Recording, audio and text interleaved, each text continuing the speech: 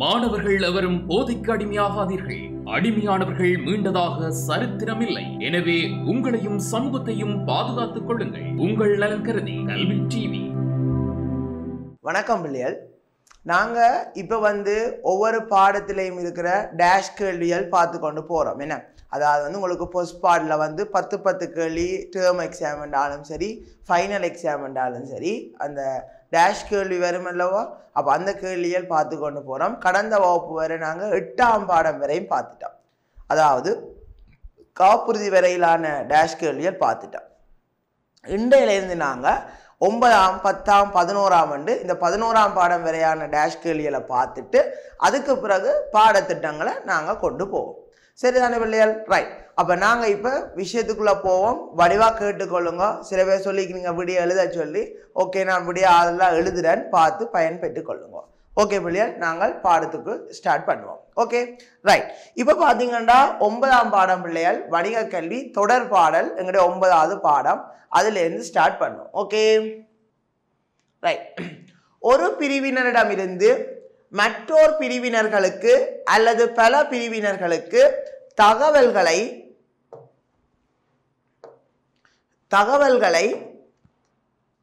வழங்குதல், பெறுதல், தகவல்களை விளங்கிக் கொள்ளல் என்பவற்றை டேஷ் என்று அழைக்கப்படும். என்னென்று அழைக்கப்படும் பிள்ளைகள்?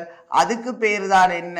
தொடர்பாடல். அப்ப தொடர்பாடல் என்று அழைக்கப்படும். தொடர்பாடல் என்று அழைக்கப்படும். என்ன பிள்ளைகள்? ஒரு பிரிவினரிடம் தொடர்பாடல் என்னன்னு தெரியும்? ஒரு பிரிவினரிடமிருந்து மற்றொரு பிரிவினர்களுக்கு அல்லது பல பிரிவினர்களுக்கு தகவலை வழங்குறது, பெறுறது, அது மட்டும் இல்ல தகவல்களை விளங்கி கொள்ளலும் தொடர்பாடல் என்று அழைக்கப்படும். ரைட். ஓகே, அடுத்தது தொடர்பாடலில் பெறுபவரால் செவிமடுக்கப்பட்ட அல்லது பெறப்பட்ட செய்தி தொடர்பாக செயற்படும் முறை டேஷ் எனப்படுவதோடு, அப்ப நாங்கள் அதை என்னத்தை பெற்றோமோ அதை எப்படி நாங்கள் செயற்பட்டு கொள்றோமோ அதுதான் பிள்ளைகள் துலங்கல் என்று சொல்றது. துலங்கல் எனப்படுவதோடு வணிகம் ஒன்றிற்கும் அதன் வாடிக்கையாளர்களுக்கும் மற்றும் ஏனைய வணிகர்களுக்கும் இடையில் இடம்பெறும் தொடர்பாடல் டேஷ் தொடர்பாடல் ஆகும். அப்ப தொடர்பாடல்லே 2 வகை இருக்குது. என்ன பிள்ளைகள்?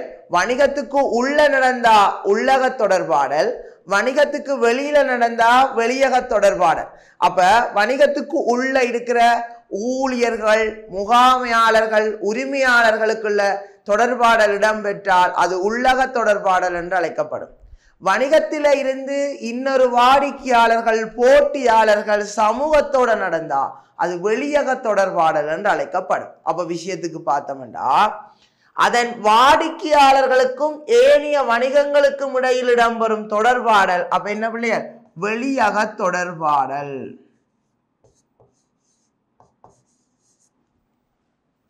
ரைட். செய்தி கிடைக்க பெற்றது எனவும் அதன் மூலம் விளக்கம் பெறப்பட்டது எனவும் உறுதிப்படுத்தி செய்தியை பெற்றவர்களால் செய்தியை அனுப்புவர்களுக்கு கிடைக்கும் துலங்கல் டேஷ் எனப்படும். அதைத்தான் சொல்றது. இப்ப நீங்க ஒரு இடத்துல இப்போ உங்களுக்கு ஒரு செமினார் நடந்தாலோ என்ன நடந்தாலோ அல்லது நீங்க ஒரு இடத்துல போய் ஒரு கடையில சாப்பிட்டா கொண்டாலே ரிவ்யூ அல்லது ஃபீட்பேக் ஒன்று கேட்பாங்கல்லோ, அதுதான் நீங்க என்னத்தை பெற்று அதுல துலங்களூடாக மற்றாக்களுக்கு வெளிப்படுத்துகின்ற அதுவும் ஒரு துலங்கல் முறையா தான் இருக்கும். அதை நாங்கள் தமிழ்ல சொல்றது பின்னூட்டல் என்று சொல்றது. ரைட். ஓகே, அப்ப விஷயத்துக்கு பாருங்க பிள்ளைகள் என்ன சொல்லிக்கிறாங்க? செய்தி கிடைக்க பெற்றது எனவும் அதன் மூலம் விளக்கம் பெறப்பட்டது எனவும் உறுதிப்படுத்தி செய்தியை பெற்றவர்களால் செய்தியை அனுப்புவர்களுக்கு கிடைக்கும் துலங்கல் பின்னூட்டல் எனப்படும்.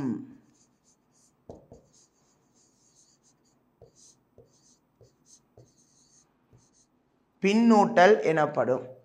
தொடர்பாடல் ஊடகங்களானது டேஷ் ஊடகம், டேஷ் ஊடகம் மற்றும் டேஷ் ஊடகம் என டேஷ் என வகைப்படுத்தப்படும். அப்ப தொடர்பாடல் முறைகளுக்கு ஏற்ற மாதிரி 3 வகையான தொடர்பாடல் முறைகள் இருக்குது. வாய்மொழி, எழுத்து, சமிக்ஞைகள் மற்றும் குறியீடுகள். இந்த 3 வகையான தொடர்பாடல் முறைக்கு ஏற்ற மாதிரி 3 வகையான தொடர்பாடல் ஊடகங்களும் வேறுபடும். இந்த மூன்றுலையும் ரெண்டு வகை இருக்குது, இலத்திரனியல், இலத்திரனியல் அல்லாதது. எல்லாம் பாடத்திட்டத்துல பார்த்துனாங்க. அப்ப இந்த மூன்று முறைக்கேற்ற மாதிரி ஊடகங்களும் வேறுபடும். அப்போ வாய்மொழி ஊடகம், எழுத்து மூலமான ஊடகம், மற்றது என்ன குறியீடுகளும் சமிக்ஞைகளுக்குமான ஊடகம் என்று நாங்கள் பார்த்து கொள்ளலாம். அப்ப பாருங்க பிள்ளைகளுடைய என்ன தொடர்பாடல் ஊடகங்களானது வாய்மொழி,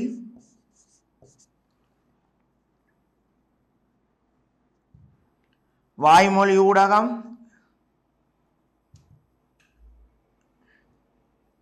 எழுத்து மூலமான ஊடகம், மற்றது குறியீடு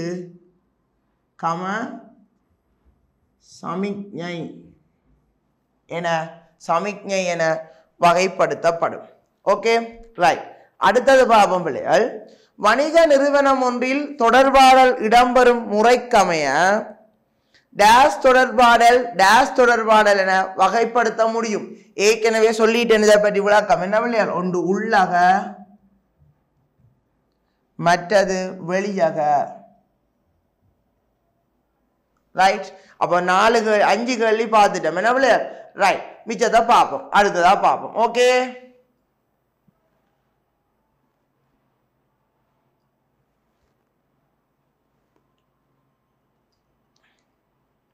அடுத்தது 6வது கேள்வி பார்த்தீங்கன்னா பிள்ளைகள், வணிக நிறுவனத்தினுள் பல்வேறு பிரிவினர்களுக்கிடையே தகவல்களை பரிமாற்றம் செய்வதற்கு பயன்படுத்தப்படுகின்ற பல்வேறு தொடர்பாடல் முறைகள்.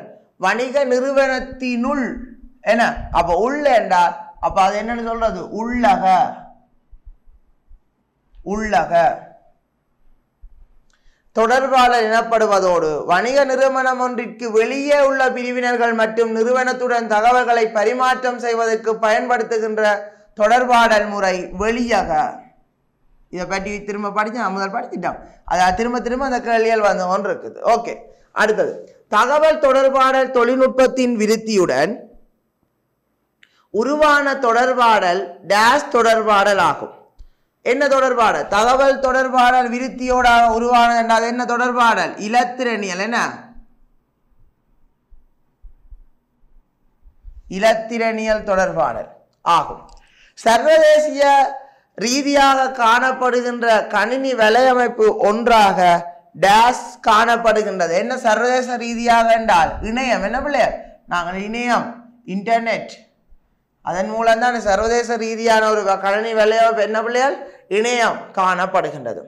கணினியில் இருந்து கணினிக்கு உலகளாவிய வலையமைப்பினூடாக செய்திகளை பரிமாற்றிக் கொள்ளுதல் டேஷ் எனப்படும். அத பிள்ளையால் இலத்திரனியல் தபால் என்று சொல்லுவோம் நாங்கள். இலத்திரனியல் தபால். ரைட். கணினியில் இருந்து கணினிக்கு உலகளாவிய வலையமைப்பினூடாக செய்திகளை பரிமாற்றிக் கொள்ளுதல் இலத்திரனியல் தபால் என்று சொல்லிக் கொள்வோம். ரைட். அடுத்தது பிள்ளையால் இலத்திரனியல் முறையில் தயாரிக்கப்பட்ட செய்தியினை இன்னொருவருக்கு அனுப்புவதாயின் அனுப்புவருக்கும் செய்தியை பெறுபவருக்கும் டேஷும் இருத்தல் வேண்டும். இவன் நீங்கள் ஒரு ஆளுக்கு அந்த எலக்ட்ரானிக் அடிப்படையில் நீங்க ஏதாவது ஒன்று அனுப்ப போறீங்களா, 2 விஷயம் பிள்ளைகள் இருக்கணும். ஒன்று இலத்திரனியல் வலையமைப்பு வசதி இருக்கணும், அடுத்தது இலத்திரனியல் தபால் முகவரி இருக்கணும். சரி, அதாவது மெயில் அட்ரஸும் இருக்கணும், நெட் கனெக்ஷன்ஸ் அதுகளும் இருக்கணும். அப்ப இதுக்கு விட என்ன பிள்ளைகள்? இலத்திரனியல் வலையமைப்பு வசதி,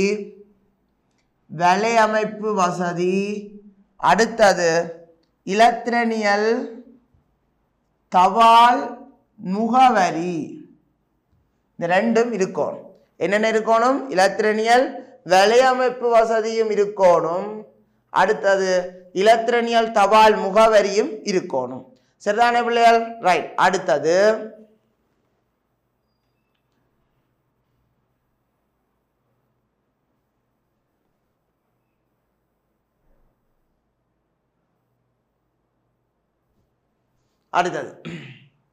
இணையத்தை அடிப்படையாக கொண்டு வணிக நிறுவனத்தினுள் காணப்படுகின்ற தரவுகளை அடையக்கூடியதாக நிறுவப்பட்டுள்ள நிறுவன ரீதியான வலையமைப்பு டேஷ் ஆகவும் தனிநபர் அல்லது நிறுவனம் ஒன்றின் கட்டுப்பாட்டின் கீழ் காணப்படும் வலையமைப்பு ஒன்றாகவும் டேஷ் காணப்படுகின்றது. சரியான பிள்ளைகள், ரெண்டுக்குமே என்னதான் விட? அக இணையம்தான் விட. நிறுவனத்துக்குள்ள நிறுவன ரீதியான வலையமைப்பாக உருவாக்கப்பட்டதும் அக இணையம்தான். தனிநபர் அல்லது நிறுவனத்தின் கட்டுப்பாட்டுக்கு கீழே இருந்தாலும் அக இணையம்தான். அப்ப பிள்ளையால் அக இணையம் என்றுதான் சொல்லுவோம். அக இணையம், இதுக்கும் அக இணையம்தான் விட. ரைட். சாதாரண தொலைபேசி முறைமை ஒன்றினூடாக கடிதங்கள், சித்திரங்கள் என்பவற்றை உள்ளடக்கியதாக உடனடியாக அனுப்புவதற்குரிய திறன் கொண்ட இலத்திரனியல் உபகரணம் டேஷ் இயந்திரமாகும். ஃபேக்ஸ் என்ற தொலை நகல் பிள்ளைகள், அது முந்தைய காலத்துல தான் அது கூடுதலாக பாவனைக்கு இருந்தது, இப்ப குறைவு. சரிதான பிள்ளைகள்? இப்ப இருக்கோன்னு தெரியாது, எங்கேயாவது இருக்கும். முந்தைய காலத்துல பாத்தீங்கன்னா இந்த கம்யூனிகேஷன்கள்ல இருக்கும் பிள்ளைகள் இந்த தொலை நகல். அல்லது இப்பத்தே காலத்துல நீங்க அந்த படங்கள்ல பாத்தீங்கன்னா தெரியும், அந்த இது ஒரு லேண்ட்லைன் டெலிஃபோனுக்கு பக்கத்திலேயே வரும் அந்த கடிதங்கள் எல்லாம் வரும். அது இந்த போலீஸ் ஸ்டேஷன் சீன்ல காட்டுவாங்க. அதுதான் பிள்ளைகள் தொலை நகல். ஃபேக்ஸ் என்று நாங்க சொல்லிக் கொள்றதா ஃபேக்ஸ். Okay, right.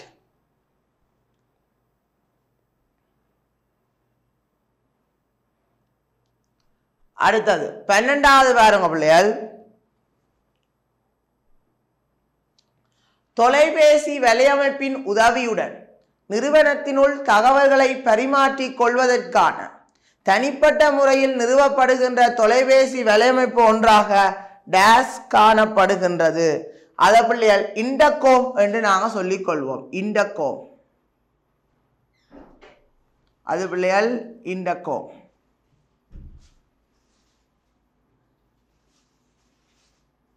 ரைட். என்னடா பிள்ளைகள், ஏன்னா தொலைபேசி வலையமைப்பின் உதவியுடன் நிறுவனத்தினுள் தகவல்களை பரிமாற்றிக் கொள்வதற்கான தனிப்பட்ட முறையில் நிறுவப்பட்டுள்ள தொலைபேசி வலையமைப்பை இன்டர்கோம் என்று சொல்லிக் கொள்றது. அடுத்தது, நிறுவனம் ஒன்றில் அவசர காலத்தில் வெளியேற்றுவதற்கு அம்புக்குறியுடன் எடுத்துக்காட்டப்படும் அறிவித்தல் பலகையானது ஒரு டேஷ் என அழைக்கப்படும். அம்புக்குறியான பலகைகள், இப்ப எமர்ஜென்சி எக்ஸிட், அதுகளெல்லாம் பிள்ளைகள் சமிக்ஞைகளும் என்ன குறியீடுகளுமாக இருக்கும். சமிக்ஞைகளும் குறியீடுகளும் என்ன சமிக்ஞைகளும் மற்ற என்ன பிள்ளைகள் குறியீடுகளுக்குமான ஒரு உதாரணம் என அழைக்கப்படுவதுடன் டேஷ் தொடர்பாடல் முறையாக கருதப்படுகின்ற அதே வேளை இது என்னவா இருக்கும்? உள்ளகமா தான் இருக்கும். என்ன பிள்ளைகள்? அப்போ உள்ளக தொடர்பாடல் முறையாக கருதப்படுகின்ற அதே வேளை வாடிக்கையாளருக்கு அனுப்பப்படும் கடிதமானது எழுத்து மூலம் என்ன எழுத்து மூல ஊடகம் என அழைக்கப்படுவதுடன் இது வெளியக தொடர்பாடல் முறை, வெளியக தொடர்பாடல் முறையாக கருதப்பட முடியும். அப்ப நாங்கள் வழங்குகின்ற தகவல்கள், நாங்கள் வழங்க நினைக்கின்ற தகவல்கள் ஆரோட இணைஞ்சது என்றதை பொறுத்து தான் உள்ளக தொடர்பாடல் முறையா வெளியக தொடர்பாடல் முறையா என்றது தீர்மானிக்கப்படும். அடுத்தது 14வது, டேஷ் டேஷ் மற்றும் டேஷ் என்பன பயனுறுதி மிக்க செய்தியொன்றை தயாரிக்கும் போது கவனத்தில் கொள்ளப்பட வேண்டிய காரணங்களாகும். இப்ப ஒரு பயனுள்ள அல்லது பயனுறுதி மிக்க செய்தி ஒன்றை தயாரிக்கும் போது கவனத்தில் கொள்ளப்பட வேண்டிய விடயங்கள் எல்லாம் இந்த 14வதுக்குள்ள வரும். இப்ப செம்மையா இருக்கலாம், விரைவாக இருக்கலாம், கிரியம் குறைந்தது, சுருக்கம், பூரணத்துவம், இதெல்லாமே இதுக்குள்ள வரும். சரிதானே? அப்ப நான் இதுல ஒரு 3 எழுதி விடுறேன். சரிதானே? செம்மை, விரைவு, சுருக்கம். இப்ப இதெல்லாமே இருக்கணும். ஒரு தகவல் சொன்னா செம்மையா அதை சொல்லக்கூடிய மாதிரி ஒரு பிழையும் இல்லாமல் அந்த செம்மை என்றது முக்கியம். அடுத்தது விரைவாக அந்த தகவல்கள் கிடைக்கும். இப்ப ஒரு ஆள் இறந்துட்டாருன்றது 5 மாதம் கழித்து சொல்லலாமா இந்த மகனுக்கு? இல்லை. அப்போ விரைவுன்றதும் அப்போதான் அது பயனுறுதி மிக்கதாக இருக்கும். சுருக்கமாக நாங்கள் சொல்ல வந்த கெரியா டக்குன்னு சொல்லி போட்டு போ, அவ்வளோதான் சுருக்கம். இதெல்லாம் இருக்கும். அடுத்த நிறுவனம் ஒன்றின் மாதாந்த மீளாய்வு கூட்டம் ஒன்றில் நிறுவனத்தின் தலைமை நிர்வாக அதிகாரி, அதாவது சீஃப் எக்ஸிக்யூட்டிவ் ஆஃபீஸர் CEO ஏனைய முகாமையாளர்களுக்கு உரையாற்றுதல் டேஷ் எனப்படுவதுடன் அது டேஷ் தொடர்பாடல் முறையாகும். அப்போ உரையாற்றார் என்றா என்ன பிள்ளைகள்? அது வாய்மொழி.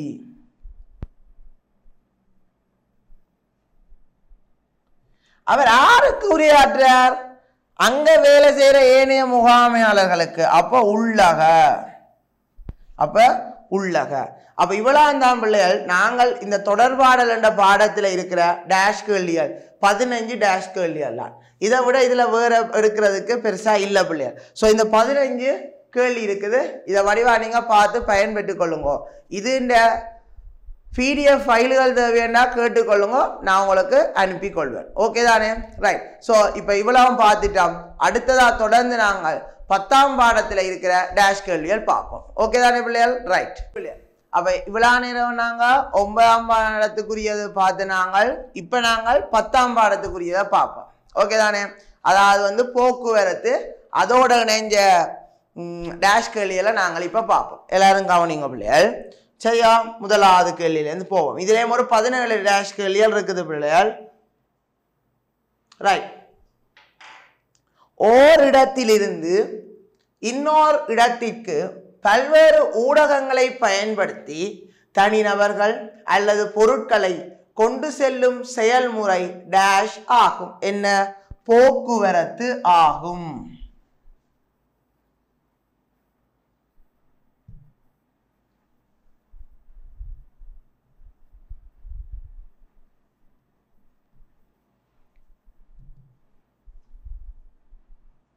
போக்குவரத்து ஆகும். அடுத்து போக்குவரத்து துறையின் அடிப்படைகளாக டேஷ் டேஷ் டேஷ் மற்றும் டேஷ் என்பன காணப்படுகின்றது. அப்படின்னா என்னென்ன பிள்ளைகள்? நீங்க ஒரு போக்குவரத்தை தெரிவு செய்யும் போது கவனிக்க வேண்டிய விஷயங்கள். இப்ப நீங்க எங்க போறீங்க, எந்த இடத்துக்கு போறீங்கன்றதை பொறுத்து இதுல எல்லாம் மாறுபடும். என்ன எது பிள்ளைகள்? வீதி, ஊடகம், வலு, தரிப்பிடம். இப்போ ரயிலில் போகணுமெண்டா பஸ் ஸ்டாண்டில் போய் நின்று பிரயோசனம் இல்லை. அப்போ தரிப்படம் முக்கியம். வீதி அதுக்காக ரயில் ரோட்டால் தானே போகும். முருகண்டியில் நிப்பாட்டினா கஜான் வாங்கலாம்னு சொல்லலாது. வீதி கஷ்டம். ஊடகம் ஒவ்வொரு இடத்துக்கு நாங்கள் லண்டனுக்கு பஸ்ஸில் போகிறோம் அல்லது மோட்டார் சைக்கிளில் போகிறோம்னு சொல்லலாது. ஊடகம். அடுத்தது வலு முக்கியம். மோட்டார் சைக்கிளுக்கு தண்ணி ஊற்றியும் ஓடையலாது, டீசல் ஊற்றியும் ஓடையலாது, பெட்ரோல். அப்படி ஒவ்வொன்றுக்கும் ஒவ்வொரு வித்தியாசம் இருக்கு. அப்போ நாங்கள் எங்கே போகிறோம், எதில் போகிறோம், எப்படி போகிறோம், எங்கே போய் இறங்க போகிறோம்ன்றதெல்லாம் முக்கியமான விடயங்களாக இருக்கும். அதுதான் பிள்ளைகள். எதால் போகிறோம்? வீதி. எதில் போகிறோம்? ஊடகம். எதை பயன்படுத்தி அதுக்கு போட்டு போகிறோம்? வலு. எங்கே போய் இறங்க போகிறோம்? தரிப்பிடம். இது ஒரு போக்குவரத்து துறையின் அடிப்படையான 4 விஷயங்களாக இருக்கும். அடுத்தது பிள்ளைகள், போக்குவரத்து ஊடகம் ஒன்றை தெரிவு செய்யும் போது டேஷ் டேஷ் மற்றும் டேஷ் போன்ற விடயங்கள் தொடர்பாக கவனம் செலுத்துதல் வேண்டும். இப்போ நீங்கள் போக்குவரத்து செய்ய என்ன, இப்போ உதாரணத்துக்கு வணிகங்கள் என்ன, நாங்கள் இந்த பொருளை கொண்டு போகிறது அதை பற்றி தான் கூட பார்ப்போம். அப்போ அதால் நாங்கள் என்னென்னத்தை கவனிக்கணும்டா, முதலாவது பொருளின் தன்மை எங்களுக்கு முக்கியம். பொருளின் தன்மை அது ரொம்ப முக்கியம். அதெல்லாம் அவங்களுக்கு விளக்கம் ஏற்கனவே சொல்லிக்க. இப்போ நாங்கள் வெளிநாட்டுக்கு ஒரு ரோசாப்பூ ஏற்றுமதி செய்ய போகிறோம்னா கப்பலில் கொண்டு போகலாது, அது ஃப்ளைட்டில் தான் போகணும். அடுத்தது கிரயம் தேவை. அடுத்தது விரைவு தேவை. இப்படியான விஷயங்களை கவனம் செலுத்தணும். இதோட தூரத்தின் அளவு, கொள்ளளவு, இதுகளை நாங்கள் கவனத்தில் எடுக்க வேண்டும். அப்போ என்ன பிள்ளையால்? பொருளின் தன்மை, கிரயம், விரைவு, தூரம், அடுத்தது என்ன? கொள்ளளவையும் கவனிக்கணும். இப்போ கொள்ளளவுன்னா நாங்கள் இப்போ மோட்டார் பைக்குகள், கார்கள் எல்லாம் இறக்க போகிறோம் அல்லது அதில் பார்ட்ஸ் இறக்க போகிறோம்னா ஃப்ளைட்டில் இறக்கினா காணாது. அப்போ என்ன கப்பல்லாம் வழி அப்படியெல்லாம் இருக்குது. சரிதானே? ரைட். அடுத்தது பிள்ளைகள் பாருங்கோ, சர்வதேச வியாபாரத்துக்கு டேஷ் போக்குவரத்து பொருத்தமானதாகவும் விரைவாக அழிவடையும் பொருட்களை கொண்டு செல்வதற்கு டேஷ் போக்குவரத்து பொருத்தமானதாகவும் காணப்படும். அப்போ என்ன பிள்ளைகள் ஒன்று சர்வதேச வியாபாரத்தண்டா நீர்வழி. என்ன நீர்வழி? ஏன்னா வியாபாரம்னா கூட பொருட்கள் அதில் கொண்டு வரண்டா வான்வழி அல்லது ஆகாய வழியான இந்த விமான போக்குவரத்து சரி வராது. சரிதானே? ரைட். ஆனால் விரைவாக அழிவடையும் பொருட்களை கொண்டு செல்வதற்கு என்ன ஆகாய விமான போக்குவரத்து பொருத்தமானதாக காணப்படும். அடுத்தது போக்குவரத்து முறைமையின் மூலக்கூறுகளில் துறைமுகமானது டேஷ் என்ற மூலக்கூறுக்கும் பெருந்தெருவானது டேஷ் என்ற மூலக்கூறுக்கும் உரித்தானதாகும். என்ன உங்களுக்கு தெரியும், துறைமுகம் தரிப்பிடம். என்ன அடுத்தது பெருந்தெரு வீதி வீதி என்ற மூலக்கூறுக்கும் உரித்தானதாக காணப்படும். சரிதான பிள்ளைகள்? ரைட். அடுத்த கேள்வியை பார்ப்போம்.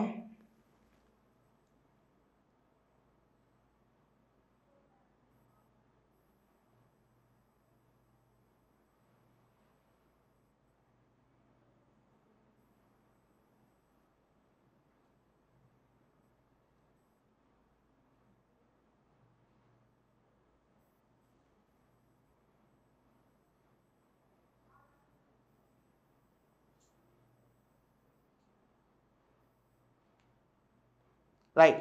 அடுத்த கேள்வியை பார்ப்போம்.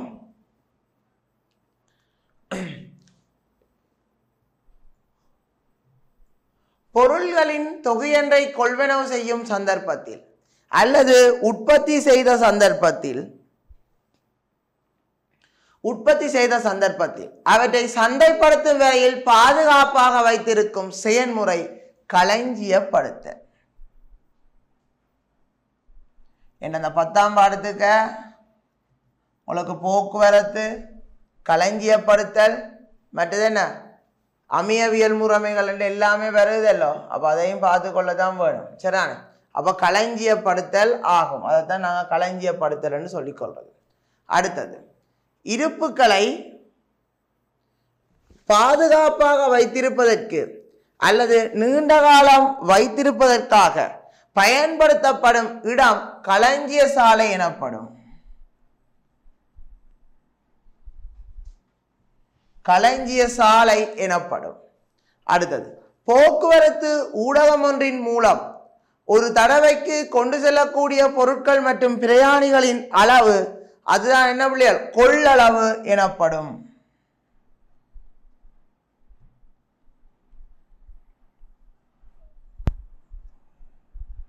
ரைட். கொள்ளளவு ஆகும். மூலப்பொருட்களை பெறும் சந்தர்ப்பத்தில் இருந்து அவை நுகரும் வரை வினைத்திறனாகவும் பயனுறுதியாகவும் திட்டமிட்டு நடைமுறைப்படுத்தும் செயலொழுங்குகள் டேஷ் என அழைக்கப்படும். அமையவியல் என அழைக்கப்படும். லாஜிஸ்டிக்ஸ்.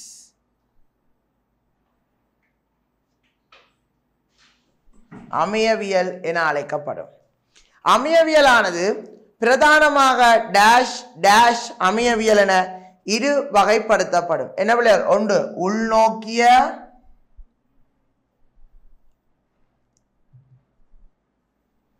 அடுத்தது பிள்ளைகள் வெளிநோக்கிய. என்ன ரெண்டு வகையான அமையவியல் இருக்கு. என்ன பிள்ளைகள்? ஒன்று உள்நோக்கிய அமையவியல், மற்றது என்ன வெளிநோக்கிய அமையவியல் என்று ரெண்டு வகையான அமையவியல் இருக்குது. ஓகே தானே? ரைட்.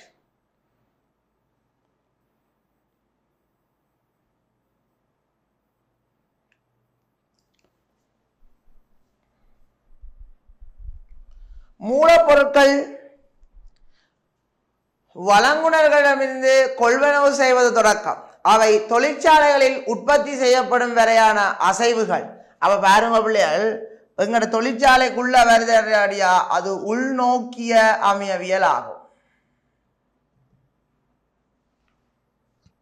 அதே சமயம் பூர்த்தியாக்கப்பட்ட முடிவுப் பொருட்கள் தொழிற்சாலையிலிருந்து இறுதி நுகர்வோருக்கு வழங்கும் வரையான அசைவுகள் வெளிநோக்கிய.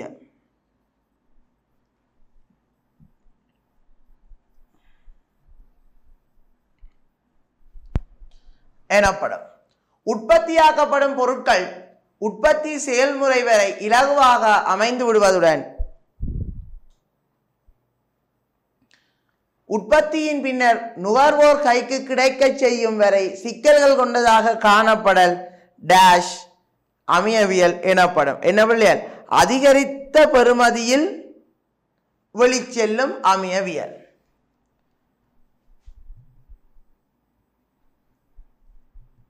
அதிகரித்த பெறுமதியில்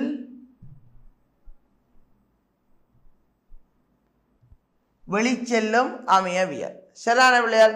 ரைட். அடுத்தது பார்ப்போம். இன்னும் ஒரு 5 கேள்விதான்.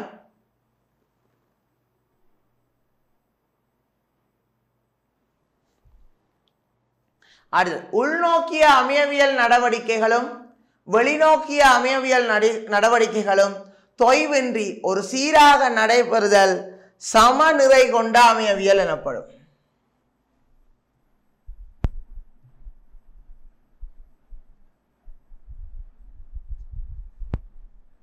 சமநிறை கொண்ட அமையவியல் எனப்படும். உற்பத்தி பொருட்களை நுகர்வோருக்கு விநியோகித்த பின்னர் சூழல் மாசடைதலை இழிவுபடுத்தும் பொருட்டு கொள்கலன்கள் மற்றும் கழிவுப் பொருட்களை மீள தொழிற்சாலைக்கு ஒப்படைத்தல் டேஷ் அமையவியல் எனப்படும். நேர்மாற்று அமையவியல் எனப்படும். உற்பத்தி செயல்முறை வரை சிக்கல் கொண்டதாகவும் உற்பத்தியின் பின்னர் சிக்கல் குறைவாகவும் டேஷ் அமையவியல் காணப்படுகின்றது. அதிகரித்த பெறுமதியில் உள்நோக்கிய அமையவியல். என்ன? அதிகரித்த பெறுமதியில் உள்நோக்கிய அமையவியல். ரைட். ஓகே தானே பிள்ளைகள்? அப்ப என்ன? உற்பத்தி செயல்முறை வரை சிக்கல் கொண்டதாக, சிக்கல் கொண்டதாக வந்தாலே அதிகரித்த பெறுமதியிலான அமையவியலாகத்தான் இருக்குது. சரிதானே? அப்ப அதுவரையும் அதிகரித்த பெறுமதியிலான அமையவியலாகத்தான் இருக்கும். Okay right.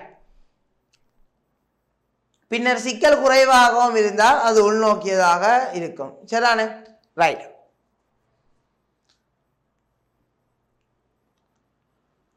விமான உற்பத்தி நிறுவனங்கள் பயன்படுத்தப்படும் அமையவியல் என்னவாக இருக்கும்? அதிகரித்த பெறுமதியில் உள்நோக்கிய. அதே ரசாயன உற்பத்தி கம்பெனிகள் வந்து அதிகரித்த பெறுமதியில் வெளிச்செல்லுமா? அப்ப அதிகரித்த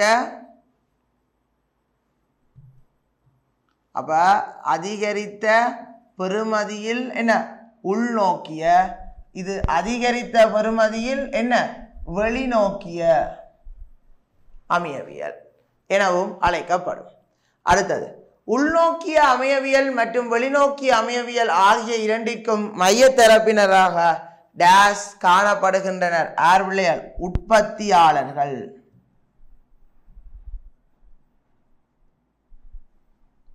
யார் காணப்படுகின்றார்கள்? உற்பத்தியாளர்கள் காணப்படுகின்றார்கள். அப்ப பிள்ளைகள், நாங்கள் இப்ப படித்தது என்ன? போக்குவரத்து, களஞ்சியப்படுத்தல், அமையவியல் மூன்றோடையும் சம்பந்தப்பட்ட 10ஆம் பாடத்தில் உள்ள டேஷ் கேள்விகள் பார்த்துட்டோம். இப்ப இந்த அமையவியல் என்னன்னா, இந்த நாங்கள் என்னன்னு சொல்றோம், அந்த பொருட்கள் சேவைகள் இருக்குத்தானே பிள்ளைகள், அந்த பொருட்கள் சேவைகள் சம்பந்தமாக அது இந்த இப்ப மூலப்பொருட்களை பெற்ற சந்தர்ப்பத்திலிருந்து அவைய நுகர்ற வரைக்கும் வினைத்திறனாகவும் பயனுறுதியாகவும் திட்டமிட்டு நடைமுறைப்படுத்தப்படுகின்ற இந்த செயல் ஒழுங்குகளை தான் நாங்கள் என்னன்னு சொல்றது? அமையவியல்னு சொல்லிக்கொள்வது. அப்ப எங்களுக்கு எங்கேன்னு சொல்லுங்க, மூலப்பொருள் விற்பானല്ലോ அவன்ல இருந்து என்னட்ட வந்து நான் உற்பத்தி செஞ்சு உங்கள்கிட்ட கொண்டு வந்து தரும் வரைக்கும் இடையிலான அனைத்து திட்டமிடப்பட்ட செயல் ஒழுங்குகளும் அமையவியல் தான். ஓகே, அனைத்து திட்டமிடப்பட்ட செயல் ஒழுங்குகளும் என்னதான்? அமையவியல் தான். ஓகே, அப்ப அதில் வச்சுக்கொண்டு இப்போ உள்நோக்கிய தொழிற்சாலை வரைக்கும் மூலப்பொருள் வந்துச்சுன்னா உள்நோக்கியதாக இருக்கும். தொழிற்சாலையில இருந்து பொருட்கள் நுகர்வோரை நோக்கி போச்சுன்னா அது வெளிநோக்கியதாக இருக்கும். சிக்கல் தன்மை கொண்டதாக இருந்தால் அதிகரித்த பெறுமதியாக இருக்கும். எந்தவித தொய்வும் இல்லாட்டி சமநிலை கொண்டதாக இருக்கும். இதே கழிவுப் பொருட்கள் போயிடுச்சுன்னா நேர்மாற்று அமையவியல்னு சொல்றது. ஸோ இதுதான் அமையவியல் சம்பந்தப்பட்ட விஷயங்கள். சரியான பிள்ளைகள். அப்போ நாங்கள் இப்போ 10ஆம் பாடத்தில் உள்ள என்ன டேஷ் கேள்விகள் ஃபுல்லாக பார்த்து முடிஞ்சுது. இனி அடுத்த நாங்கள் 11ஆம் பாடத்தில் இருக்கிற டேஷ் கேள்விகள் பார்ப்போம். ஓகே தானே பிள்ளைகள்? ரைட். கல்வி டிவியில் புத்தம்புது நிகழ்ச்சிகளை உடனுக்குடன் பார்த்து மகிழ